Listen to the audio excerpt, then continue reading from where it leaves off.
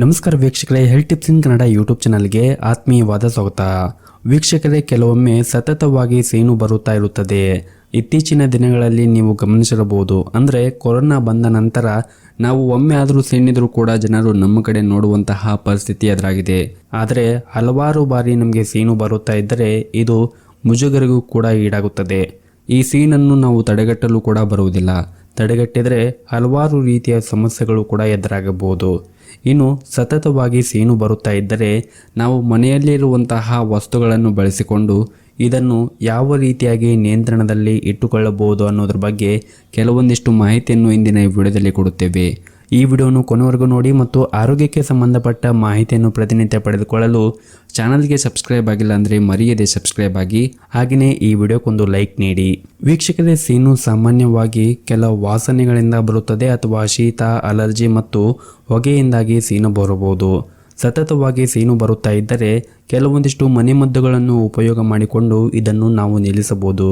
ಸೀನನ್ನು ನಿಲ್ಲಿಸಲು ನೀಲಗಿರಿ ಎಣ್ಣೆ ಕೂಡ ಬಹಳನೇ ಉಪಯುಕ್ತವಾಗಿದೆ. ನೀಲಗಿರಿ ಎಣ್ಣೆ ಕೆಲವು ಹನಿಗಳನ್ನು ಕುದಿಯುವ ನೀರಿನಲ್ಲಿ ಹಾಕಿ ಅದರಿಂದ ಬರುವಂತಹ ಹಬೆಯನ್ನು ತೆಗೆದುಕೊಳ್ಳುವುದರಿಂದ ಸೀನು ಬೇಗ ನಿಲ್ಲುತ್ತದೆ. ಇದಲ್ಲದೆ ಈ ಎಣ್ಣೆಯ ಹನಿಗಳನ್ನು ನಿಮ್ಮ ಕರವಸ್ತ್ರದ ಮೇಲೆ ಹಾಕಿ ಅದನ್ನು ವಾಸನೆ ತೆಗೆದುಕೊಳ್ಳುವುದರಿಂದ ಕೂಡ ಸತತವಾಗಿ ಬರುವಂತಹ ಸೀನಿನ ಸಮಸ್ಯೆಯನ್ನು ದೂರ ಮಾಡಬಹುದು. ಇನ್ನು ಜೇನುತುಪ್ಪವು ಕೂಡ ನಮ್ಮ ದೇಹದಲ್ಲಿರುವಂತಹ ಅಲರ್ಜಿಯನ್ನು ಹೋಗಲಾಡಿಸಲು ಸಹಾಯ ಮಾಡುತ್ತದೆ. ಶೀತ ಮತ್ತು ಜ್ವರಕ್ಕೆ ಸಂಬಂಧಪಟ್ಟಂತೆ ಸೀನಿನ ಸಮಸ್ಯೆಗೂ ಕೂಡ ಜೇನುತುಪ್ಪ ಸಹಾಯ ಮಾಡುತ್ತದೆ. ಅಲರ್ಜಿಯ ಪ್ರತಿಕ್ರಿಯೆಯ ಸಂದರ್ಭದಲ್ಲಿ ಜೇನುತುಪ್ಪವು ಒಂದು ಉತ್ತಮವಾದ ಆಯ್ಕೆಯಾಗಿದೆ. ನಮ್ಮ ಪರಿಸರದಲ್ಲಿ ಇರುವಂತಹ ಅಲರ್ಜಿಗಳಿಗೆ ಹೊಂದಿಕೊಳ್ಳಲು ಜೇನುತುಪ್ಪವು ನಮ್ಮ ದೇಹಕ್ಕೆ ಸಹಾಯವನ್ನು ಮಾಡುತ್ತದೆ. 1 ಟೀ ಚಮಚದಷ್ಟು ಜೇನುತುಪ್ಪವನ್ನು ನಾವು ನಿಯಮಿತವಾಗಿ ಸೇವನೆ ಮಾಡುವುದರಿಂದ ದೇಹದಲ್ಲಿರುವಂತಹ ಅಲರ್ಜಿಗಳು ದೂರವಾಗುತ್ತದೆ ಮತ್ತು ಉರಿಯೂತವನ್ನು ಕಡಿಮೆ ಮಾಡುತ್ತದೆ ಮತ್ತು ತ್ವರಿತ ಪರಿಹಾರ ಸಿಗುತ್ತದೆ. ನಿಯಮಿತವಾಗಿ ಜೇನುತುಪ್ಪವನ್ನು ಸೇವನೆ ಮಾಡುತ್ತಾ ಬಂದರೆ ನಮ್ಮ ದೇಹದಲ್ಲಿರುವಂತಹ ಅಲರ್ಜಿಗಳು ದೂರವಾಗುತ್ತದೆ ಮತ್ತು ಸೀನಿನ ಸಮಸ್ಯೆ ಕೂಡ ತ್ವರಿತವಾಗಿ ಗುಣವಾಗಲು ಸಹಾಯವಾಗುತ್ತದೆ. ಇನ್ನು ಸತತವಾಗಿ ಸೀನು ಬರುತ್ತಾ ಇದ್ದರೆ ಅದಕ್ಕೆ ಇನ್ನೊಂದು ಉತ್ತಮವಾದ ಪರಿಹಾರವೇನೆಂದರೆ ಶುಂಠಿ ರಸ ಮತ್ತು ಬೆಲ್ಲ. ನಿಮಗೇನಾದರೂ ಸತತವಾಗಿ ಸೀನಿನ ಸಮಸ್ಯೆ ಇದ್ದರೆ 1-2-3 ಶುಂಠಿಯನ್ನು ತೆಗೆದುಕೊಂಡು ಅದನ್ನು ಚೆನ್ನಾಗಿ ಜಜ್ಜಿ ಅದರ ರಸವನ್ನು ತೆಗೆದುಕೊಂಡು ಅದಕ್ಕೆ ಸ್ವಲ್ಪ ಬೆಲ್ಲವನ್ನು ಸೇರಿಸಿ ಸೇವನೆ ಮಾಡುವುದರಿಂದ ಸೀನಿನ ಸಮಸ್ಯೆಗೆ ಬೇಗನೆ ಪರಿಹಾರ ಸಿಗುತ್ತದೆ.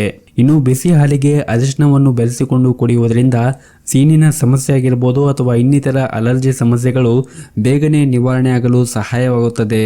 ಇನ್ನು ವಿಟಮಿನ್ ಸಿ ಇರುವಂತಹ ಹಣ್ಣುಗಳನ್ನು ಸೇವನೆ ಮಾಡೋದ್ರಿಂದ ನಮ್ಮ ದೇಹದಲ್ಲಿ ರೋಗ ನಿರೋಧಕ ಶಕ್ತಿ ಹೆಚ್ಚಾಗುತ್ತದೆ.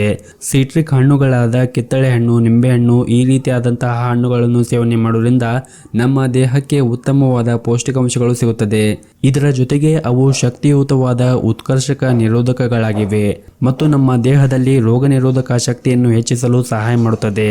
ಶೀತ ಮತ್ತು ಇತರ ಅಲರ್ಜಿಗಳನ್ನು ಉಂಟು ಮಾಡುವ ಅನಗತ್ಯ ಬ್ಯಾಕ್ಟೀರಿಯಾಗಳ ವಿರುದ್ಧ ಹೋರಾಡಲು ಕೂಡ ಸಹಾಯ ಮಾಡುತ್ತದೆ.